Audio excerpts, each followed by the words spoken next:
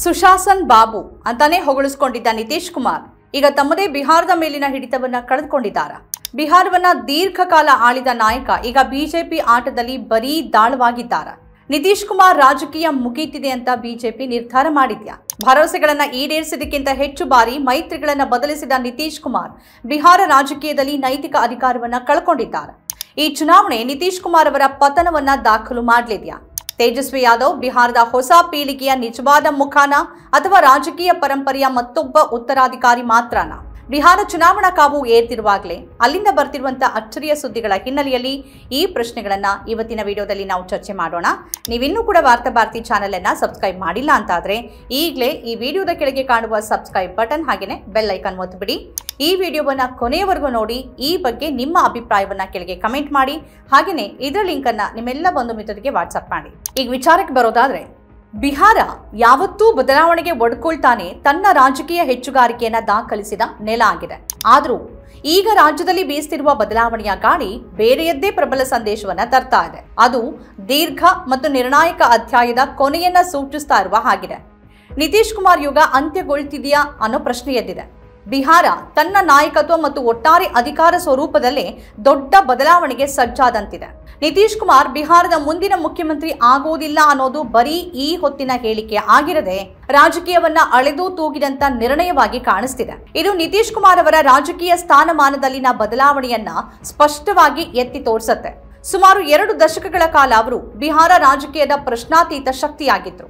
ಸುಶಾಸನ್ ಬಾಬು ಅಂತಾನೆ ಹೊಗಳಿಸಿಕೊಂಡಿದ್ರು ಮತ್ತು ಬಿಹಾರದ ಜಂಗಲ್ ರಾಜ್ ಕಳಂಕ ಕಳೆದ ಕೀರ್ತಿಗೆ ಪಾತ್ರರಾಗಿದ್ರು. ಆದ್ರೆ ಈಗ ಕಾಲ ಬದಲಾಗಿದೆ. ನಿತೀಶ್ ಅವರನ್ನ ಮುಖವಾಗಿಟ್ಕೊಂಡು ಈ ಚುನಾವಣೆ ಎದುರಿಸೋಕೆ ಸಾಧ್ಯವಿಲ್ಲ ಅಂತ ಬಿಜೆಪಿ ನಿರ್ಧಾರ ಮಾಡಿರೋದು ಸ್ಪಷ್ಟ ಇದೆ. ಅವರನ್ನೀಗ ಬಿಜೆಪಿ ಮುಖ್ಯಮಂತ್ರಿ ಕುರ್ಚಿಗೆ ಅನಿವಾರ್ಯ ಅಂತ ನೋಡದೆ ಕೇವಲ ಅನುಕೂಲಕ್ಕಿರುವ ಮಿತ್ರ ಅಂತ ನೋಡುತ್ತೆ ಅನ್ನೋದು ರಹಸ್ಯವಲ್ಲ. ಅವರ ಸಾರ್ವಜನಿಕ ನಡವಳಿಕೆಗಳು ಮತ್ತು ಭಾಷಣಗಳು ಈ ಊಹಾಪೋಹಕ್ಕೆ ಮತ್ತಷ್ಟು ಪುಷ್ಟಿ ಒದಗಿಸುವ ಹಾಗಿದೆ.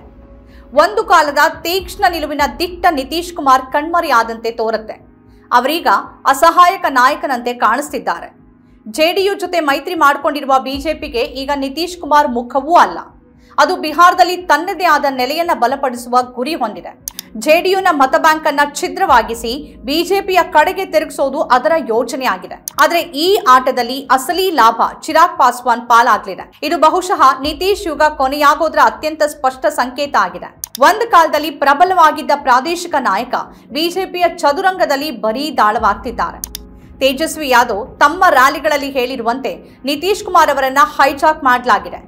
ನಿತೀಶ್ ಕುಮಾರ್ ಅವರ ಪ್ರಭಾವ ಹೀಗೆ ಕಡಿಮೆ ಆಗ್ತಿರುವಾಗ ಅದಕ್ಕೆ ಪೂರ್ತಿ ವಿರುದ್ಧವಾಗಿ ತೇಜಸ್ವಿ ಯಾದವ್ ಬಿಹಾರ ರಾಜಕೀಯದಲ್ಲಿ ದೊಡ್ಡ ಶಕ್ತಿಯಾಗಿ ಹೊರಹೊಮ್ಮುತ್ತಿದ್ದಾರೆ. ಈಗಿನ ಈ ಸನ್ನಿವೇಶವನ್ನ ತೇಜಸ್ವಿ ಪಾಲಿನ ಸುವರ್ಣಾವಕಾಶ ಅಂತಾನೆ ಹೇಳಲಾಗ್ತಿದೆ. ಯಾಕಂದ್ರೆ ಅವರು ವಿರೋಧ ಪಕ್ಷದ ಏಕೈಕ ಸ್ಪಷ್ಟ ಮುಖ್ಯಮಂತ್ರಿ ಅಭ್ಯರ್ಥಿಯಾಗಿ ನಿಂತಿದ್ದಾರೆ. ಮೋದಿ ಅಮಿತ್ ಶಾ ರಾಜಕೀಯಕ್ಕೆ ಸ್ಪಷ್ಟ ಸವಾಲಿನ ಮುಖವಾಗಿ ತೇಜಸ್ವಿ ಯಾದವ್ ಎದುರಾಗಿದ್ದಾರೆ.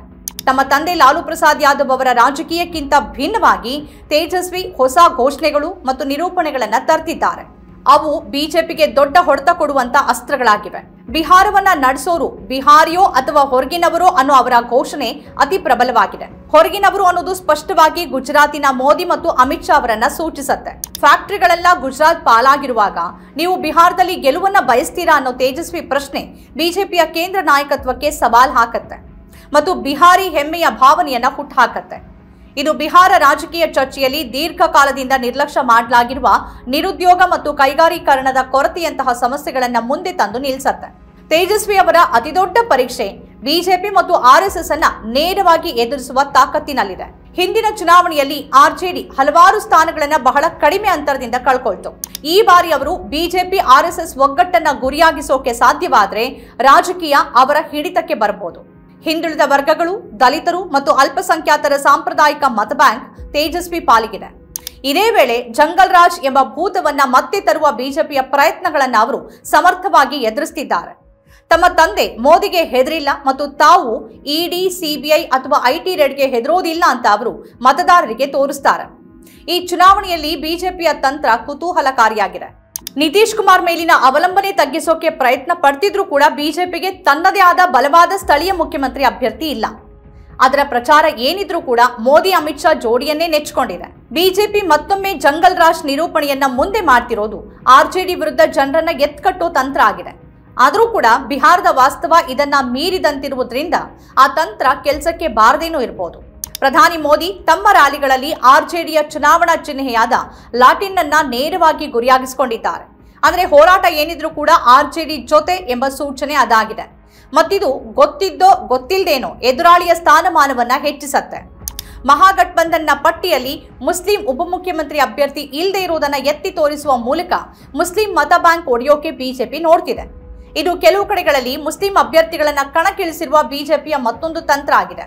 ಮುಸ್ಲಿಂ ಮತಗಳಲ್ಲಿ ಬದಲಾವಣೆ ರೂಪಿಸುವ ಈ ಪ್ರಯತ್ನ ಯಶಸ್ವಿಯಾಗುವ ಸಾಧ್ಯತೆ ಇಲ್ಲ. ಪ್ರಬಲ ನಾಯಕರಾಗಿದ್ದ ಶಹಾಬುದ್ದೀನ್ ಅವರ ಭದ್ರಕೋಟೆಯಲ್ಲಿ ಪ್ರಚಾರ ನಡೆಸಿದ ಅಮಿತ್ ಶಾ ತಮ್ಮ ಭಾಷಣದಲ್ಲಿ ಜಂಗಲ್ ರಾಜ್ ಭಯ ಹುಟ್ಟುಹಾಕುವ ಯತ್ನವನ್ನೇ ಮಾಡಿದ್ದಾರೆ.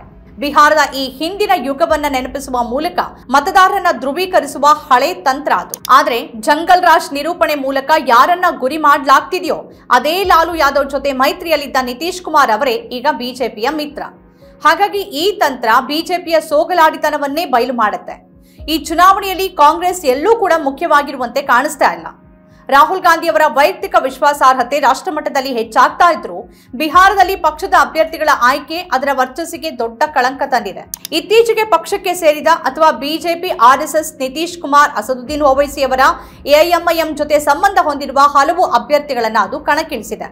ಇದು ಬಿಹಾರ ಕಾಂಗ್ರೆಸ್ ಒಳಗಿನ ಅಸ್ಥಿರತೆಯನ್ನ ಬಯಲು ಮಾಡಿದೆ. ಅಲ್ಲದೆ ತಮ್ಮದೇ ಆದ ಹಿತಾಸಕ್ತಿಗಳನ್ನ ಕಾಯ್ದುಕೊಳ್ಳೋಕೆ ಬಯಸುವ ಒಂದು ಗುಂಪಿನ ಪ್ರಾಬಲ್ಯ ಇಲ್ಲಿ ಕೆಲಸ ಮಾಡಿದಂತಿದೆ. ಇದು 2020ರ ಚುನಾವಣೆಯನ್ನ ನೆನಪಿಸುತ್ತೆ. ಆಗ ಕಾಂಗ್ರೆಸ್ 70 ಸ್ಥಾನಗಳಲ್ಲಿ ಸ್ಪರ್ಧೆ ಮಾಡಿತು, ಆದರೆ ಕೇವಲ 19 ಸ್ಥಾನಗಳನ್ನ ಗೆದ್ಕೊಳ್ತು. ರಾಹುಲ್ ಗಾಂಧಿ ಜನಸಮೂಹವನ್ನ ಸೆಳೆತಿರಬಹುದಾದ್ರೂ ಪಕ್ಷದ ಅಭ್ಯರ್ಥಿಗಳ ಪಟ್ಟಿಯಲ್ಲಿ ಇನ್ಯಾರಿಗೋ ನಿಷ್ಠರಾಗಿರೋರು ಕಾಣಿಸ್ತಿರೋದು ಪಕ್ಷದ ವಿಶ್ವಾಸಾರ್ಹತೆಗೆ ಹೊಡೆತ ಆಗ್ಲಿದೆ. ಕಾಂಗ್ರೆಸ್ ಅಭ್ಯರ್ಥಿಗಳ ಪಟ್ಟಿಯಲ್ಲಿ ಬಿಜೆಪಿ ನಾಯಕರಿಗೆ ಹತ್ರ ಇರೋರಿದ್ದಾರೆ. ಪ್ರತಿಸ್ಪರ್ಧಿ ಪಕ್ಷಗಳ ಮಾಜಿ ಸದಸ್ಯರು ಮತ್ತು ಮೋದಿ ಭಕ್ತರು ಕೂಡ ಇದ್ದಾರೆ.